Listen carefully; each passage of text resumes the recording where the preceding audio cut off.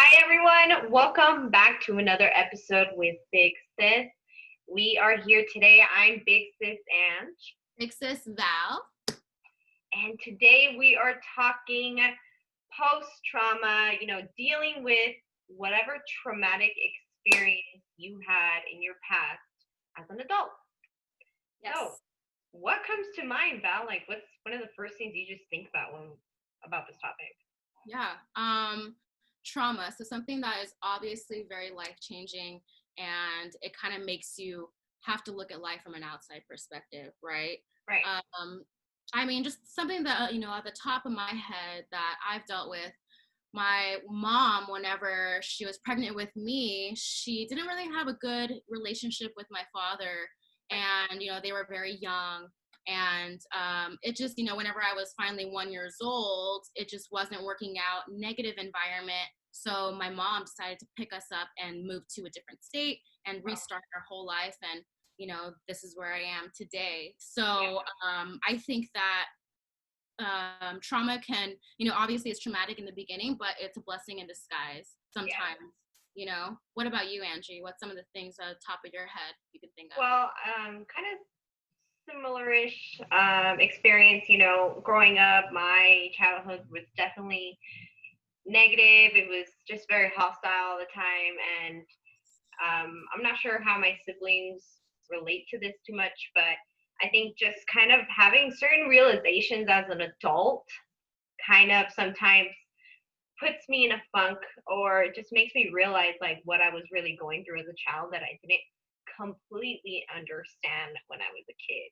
Yes. So, when you have those clicks, or when you start to kind of connect the dots when you're an adult, you're just like, holy shit, like that's what was going on behind the scenes, and I literally had no idea what was happening.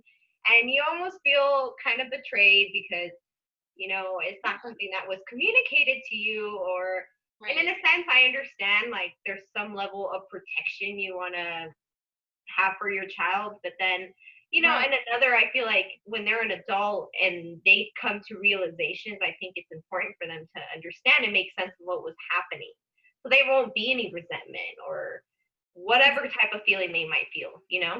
Yeah. Okay. So do you wish that your parents kind of brought the news sooner, or kind of just broke it to you, or was more communicative to you during like the heat of the moment? Or do you think that, it was in your best interest to kind of find out later?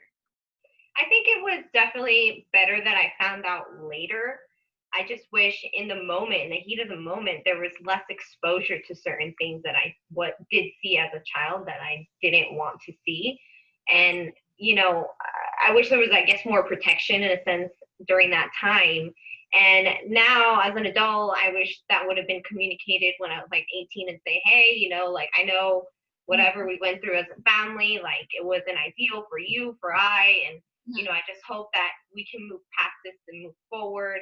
That way, there definitely is no hostile relationships, or even just feel any type of resentment, like I said. Okay. Yeah, exactly. So that could have been easily addressed and easily fixed a little bit earlier on, Yeah, because you were mature more, when you're 18 or even sooner, so you yeah. could have known. Yeah. So how did you deal with that, or how are you dealing with that now? Coping with kind of not backtracking, but kind of filling in the blanks of, I guess something that happened in the past that is traumatic to you Mhm. and you're still healing from. How are you going about Well, that's a good question, because I feel like even till this day, there's moments in my life where I feel like I have that moment of realization, and that? Yeah. it kind of still bothers me in the background, and I haven't necessarily took all the right steps to completely heal and move forward and move past it. But one thing that I have is definitely be open about having a conversation with someone, whether it be the person that created the trauma or just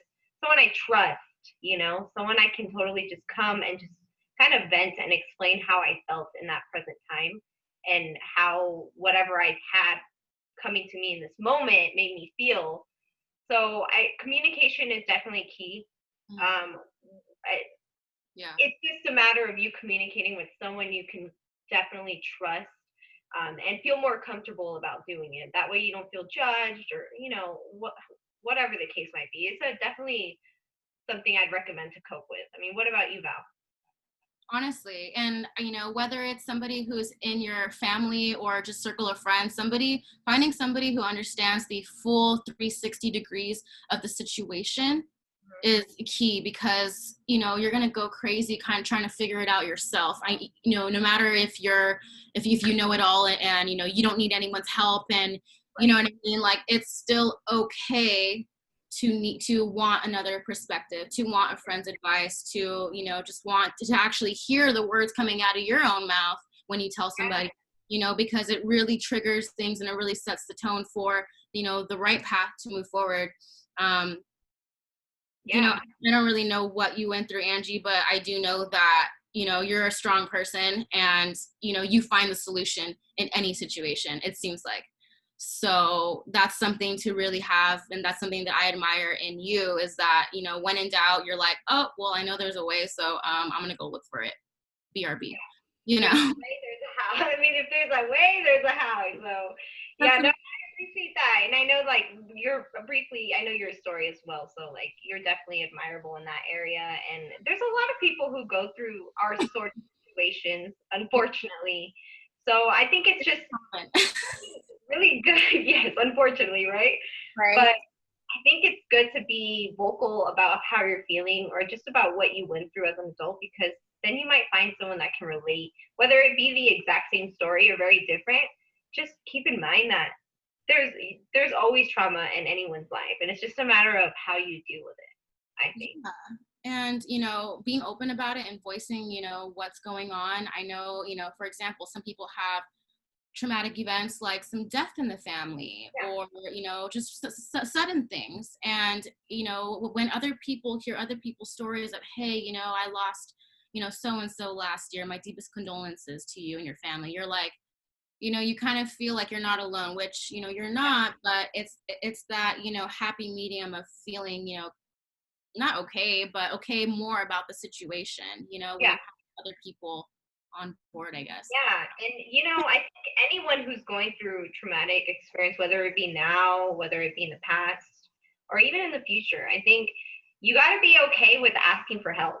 You have to be okay with saying, "Hey, I'm not okay," and talk to someone about it. What is someone you can trust, and the person on the other end receiving that news or feeling that you're feeling, they should be completely open to having conversation, definitely non-judgmental, someone that can help you get past whatever you're going through. And even if it's just worth lending an ear, like sometimes people just need to vent and they don't want to hear anything. And I think listening is way more important in that position, versus you like trying to share your advice if that's not what they're asking for. Right. Yeah, definitely. Yeah, I remember I had a girlfriend who would fight with her boyfriend about the same fight, whatever. And I was always an ear for her. I gave her my advice and my input, but after the same fight over and over, I was like, all right, girl, I'll just be here for you when you're ready. Yes. My advice, she moved on and found a better guy. She's happy. So. Well, good for her. See, you were there. You were that ear girl. You were that person you needed. I was that ear. I was like, go ahead, vent all you want. No, that's so true. I mean, aside from dealing with the trauma, the stuff that we went through, like, is there any sort of maybe exercise or something that someone can definitely try as far as coping goes? Exercise. Yeah. We talked about this in a few previous podcasts about putting yourself first. Right. When you're going through something traumatic, whatever the level of intensity it might be, care for yourself first. Whether it's going for a walk in the morning, or drinking your morning coffee, or I don't know, whatever you do for yourself, whether it's dancing, art, painting, anything. Yeah. Do it for yourself to literally feed your soul, or else anything else you do is just going to be a domino effect of, whatever you're feeling inside, which is clearly hurt, pain, animosity, anger, like, you know what I mean? All that is just like, oh, why did this happen to me? And it's sad. It's hard to say or to ask yourself why this happened to you, but you have to ask yourself why this happened for you. And just really like take a breath and do something for yourself, because if you're feeling okay inside, then everything else you do, I promise, will fall into place slowly but surely, you know? Yes, I love that. That runs so deep when you said it's not about what happened to you, but what happens for you. Because it's all about finding that sort of happiness in all the chaos, finding that little piece, that little, even if it's super small. And, for me, I could say like it definitely helped me mature and grow up. Yes. And I know what I don't want in my life. That definitely I was able to take that Yes. experience and not have to experience in my personal life. So that's the little happiness in my life. Just try to find something that pleases you. Yeah. I mean, in the end, it's life. I mean, here we go. Life is all about. Where's the cliche? Here it is. Here it is. I act like I've been living like for 100 years and I have all this experience, but In life, and we experience all the things. life is just all about taking day by day.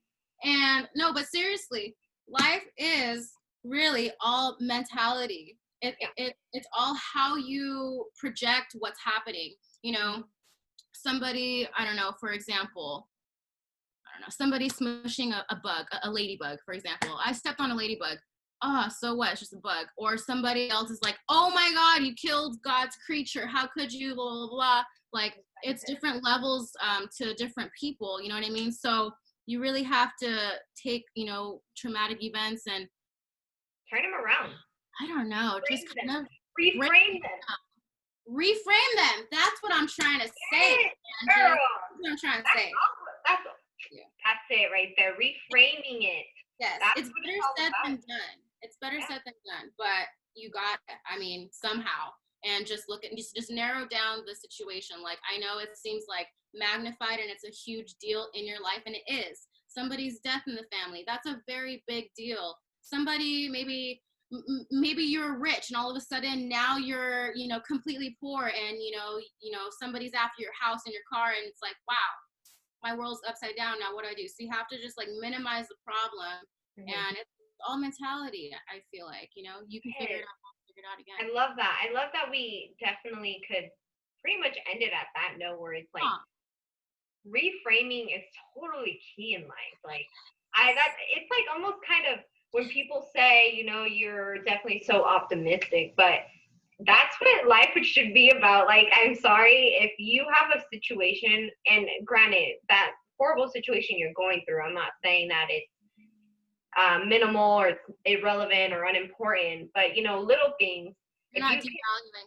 Yeah, it's all about finding that little happiness and reframing your situation. And in the moment, that might be very difficult to do. But as an adult, and when you start to kind of have things settle in and really figure out what happened in your past life, that's when you should take these reframing tools and look at it through different eyes. Look at it through your adult eyes. It's hot in here. That was so good. Oh, I feel you, sister. I'm over here sweating on the back of my knees. Whoa, seriously, like I have to read it. Okay.